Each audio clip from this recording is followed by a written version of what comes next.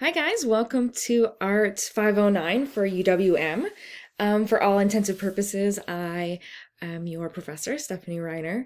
I will be going over sort of what we're looking at this week for this course and sort of what we're starting with, as well as showing you some of the presentation material and then going over the syllabus, etc. So I wanted for you guys to see my face before I start sort of recording my screen. Hopefully we'll get to talk a little bit on the discussion boards or whatnot, so we'll all get to know each other, which is great. Okay, so as I said, Art 509, Politics, Identity, and Difference, Fall 2020. This is the week one introduction. So the first assignment that you have for the course is on the discussion board. And I'm giving you two really easy assignments for today. So the first one is the icebreaker, right? So I'm going to tell you about myself and the discussion board, and then you will do the same. So I've outlined it here as well as on Canvas, which I'm going to go to next, and I will show you those things as well. I'll probably take the webcam off so you can not be distracted by me, or you can see the canvas in full.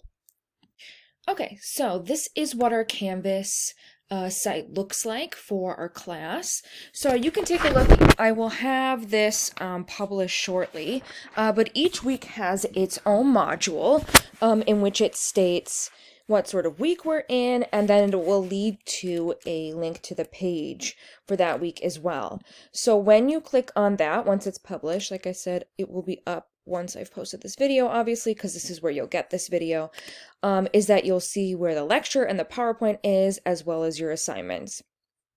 So this is where all the important information is for this class, including the syllabus, as well as assignments, readings, lectures, etc.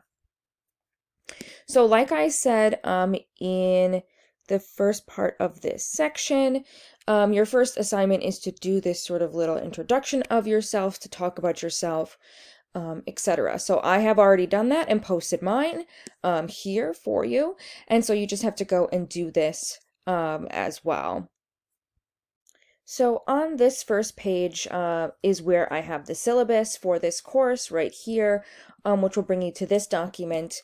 And it basically lines out kind of what we're going to be talking about this semester, as well as sort of the learning outcomes, performance objectives, text, sort of what readings will be assigned. They'll always be up on Canvas.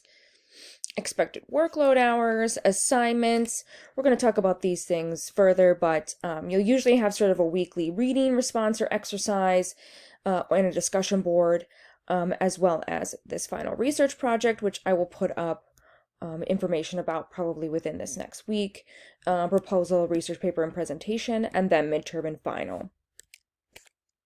And this sort of gives you the grade ranges here, as well as this being a OWBC certified class for achieving these requirements. So those are all in here as well. Course policies on late work. Most late work will be accepted. I will typically just sort of reduce grades by 10% per day it's late. If you have questions or you need extensions, just email me.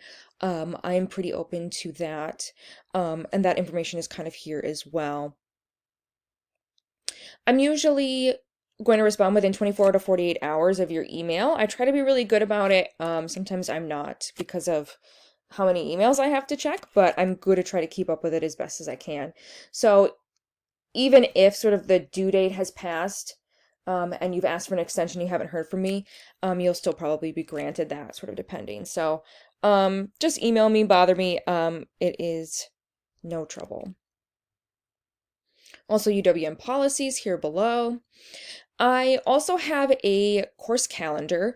So this is sort of subject to change as the semester progresses, and maybe we want to spend an extra week on something, etc. So we'll sort of talk about that. But I do have the current course calendar in here. And so this will be uploaded to Canvas very soon. I am working on it right now. And then I will have all of the PDFs for all of the readings and the Dropbox, etc. So I don't have it up right this second. I am working on it, but it will be up very soon. And then you'll be able to get ahead on the assignment. So within the next week at the latest. The other small assignment that you have for next week is the signing of the syllabus. And what that means is that I want you to sort of read the syllabus thoroughly and to take a look at it, and then to insert your name at the bottom and then resubmit it on the Dropbox. So I have provided you with a syllabus that's editable because this one is a PDF, and then you'll be able to submit that in the Dropbox for signing the syllabus. Additionally, when you submit like a reading response and whatnot, I want you to submit it in this sort of traditional format that I've provided here. If you need more clarification on that, let me know. But just so I have a good sense and sort of a clear look at your responses so that they're not all formatted differently, just so that I know who you are and what assignment you're doing, etc. So for this class, we'll really be investigating postmodernism and talking about sort of this era of contemporary art, and looking at sort of politics, identity, and difference within contemporary art. So contemporary art meaning sort of post-1970s. Contemporary art is often called quote unquote postmodernism because it's after the modernist period and really sort of breaking down a lot of the ideas that we thought about in postmodernism, in modernism, I'm sorry. So brought in by post-industrial society, advanced capitalism based on information. Around the 1970s, impulses surrounding modern art had exhausted themselves, feeling potentially that all rules had been broken, everything is sort of a norm breaker, and the media encouraged this by treating each new consumer product as a revolution and a new rule breaking as the norm. So when we move into contemporary art, we've sort of exhausted all these ideas that exist in modern art. And so 1970s, at the start of the postmodernist or contemporary period, you have a lot of experimentation with things like performance, which we're going to talk about next week, and really move us into the contemporary art scene today. So people are inspired by their own internal and external experiences. Hopefully you guys all know this as sort of artists in your own right. Contemporary art has no single point of view or objective. There's a great diversity of perspectives. There's pluralistic and globalized society where innovation can happen anywhere. Pluralism, many styles and ideas are coexisting, but also the bringing back of old styles and mediums and ideas as well. So again, pluralism, meaning all ideas can be coexisting within this. Postmodernists are questioning one of the modernist basic notions of whether or not an individual can create something original. There are numerous themes that we're going to talk about and think about in this class, especially having to do with sort of larger disenfranchised groups. So identity, body, technology, globalization, migration, society, culture, memory, passage of time, artistic critique of sociopolitical institutions. So what we're really starting with in this class is performance art and really sort of performance theory. So we're going to talk about what performance is and the performance theory and performance art and really investigate this next week. So you have a reading, which I'm going to talk about at the end of this presentation, that focuses it's for next week's classes, so it's not due until next week. We'll have an assignment, and then you'll have lectures on performance art and an assignment as well. But we'll be looking at performance theory and what performance art is. So it's kind of a complex idea. You're going to be reading some excerpts from Richard Schechner's book, Performance Studies and Introduction. Him as well as Victor Turner kind of mixed these ideas and created some of the first scholarship about performance studies, this mix of anthropology and theater.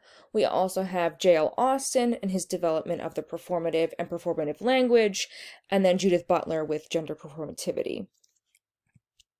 So performance is very broad and has this sort of large overarching ideas that kind of come down to trickle into some of these constructs of identity and politics and society and who we are as individuals today. So it's kind of central to human understanding of ourselves within a culture.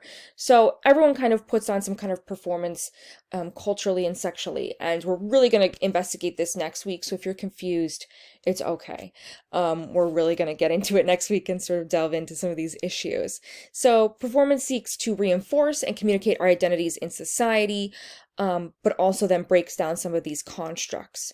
So performance can be used by violating figures to comment and critique society by utilizing what we perform daily and turning it up on its head. So these are some types of performance sort of in general. So next week, we're really going to start investigating these ideas and thinking about it. So you don't have any assignment on performance theory until next week when we start investigating these ideas.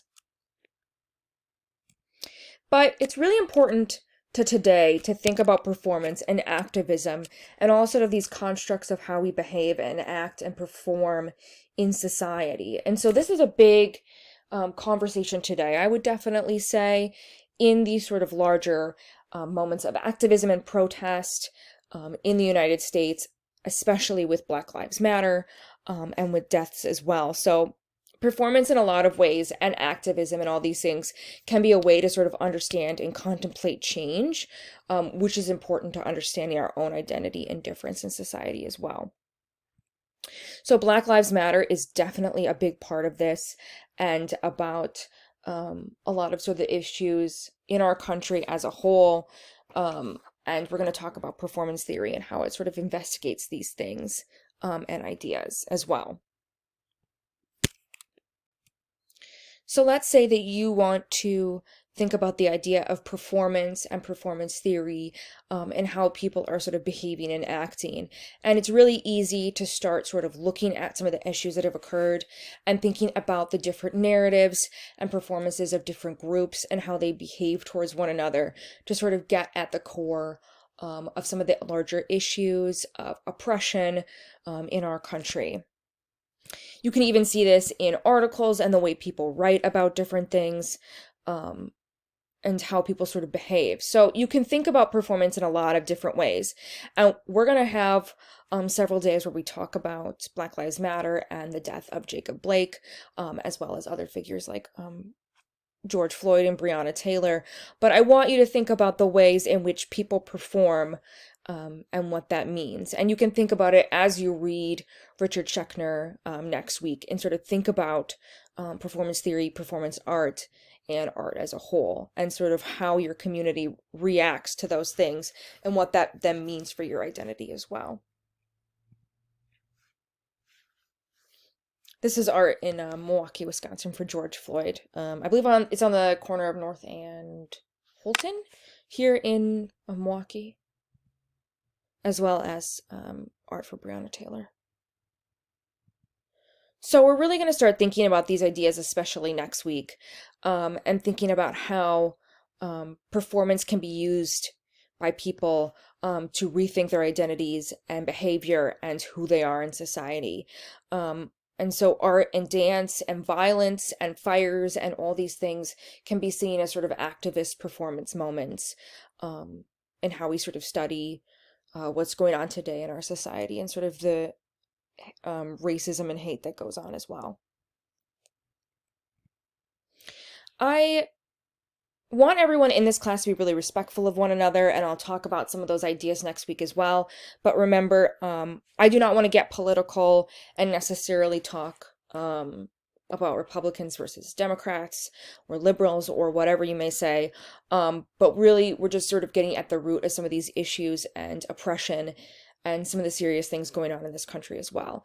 So not only are we going to be looking at Black Lives Matter and some of these other issues, but we'll be breaking down a lot of those ideas as well in AIDS activism, as well as gender performance, etc. So contemplating a lot of these ideas and issues in society and how they're combated with performance. So read these chapters of Richard Schechner and do reading response 1. That's going to be part of next week's homework. So it's not due this coming week, which I'll show you here on Canvas. So like I said, next week, so week 2, performance and identity, we will be looking at Richard Schechner's work. So I haven't I haven't, what is it, published this page yet, but I will probably by the end of today. But just for this week, you do have the two assignments of introducing yourself to the discussion board, as well as replying to two other students. So all of that is detailed in the discussion board prompt, and then signing the syllabus. So pretty easy. Look over these things, ask me questions, and then I will shortly have things posted for the next couple of weeks so you can start to get going on work for that if you want to get ahead. Email me with questions and concerns. Otherwise, I will see you guys very soon, and we will talk about performance theory.